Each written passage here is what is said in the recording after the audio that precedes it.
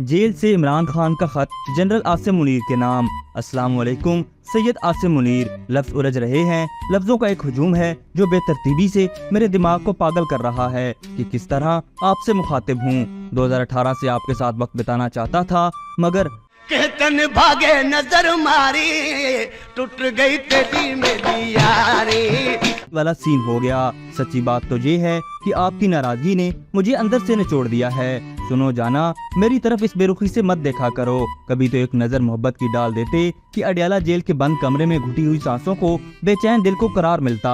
आपकी इस बेरुखी ने मेरे दिल को छलनी छलनी कर दिया है। आपको जरा भी मुझ पर तरस नहीं आया। चलो मान लिया लोगों के तानों से बचने के लिए मुझसे मुखातिब नहीं हुए, मगर बूट ही बेच देते कि दिल की तस्कीन के लिए यही सामान काफी था। आज भी GHQ की तरफ से आने वाली तेज और ठंडी हवाएं मुझसे लिपटकर मुझे तसल्ली देने लगती हैं। एक दिन जरूर मुर्शिदी आसिम मुनीर अपने चरणों में जगह देंगे।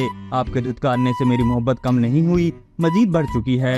आप तसव्वुर भी नहीं कर सकते कि मैं आपको कितना चाहता हूँ। इस बात से अंदाजा लगाएं कि सुबह शाम खड़े होकर GHQ की तरफ मुंह करके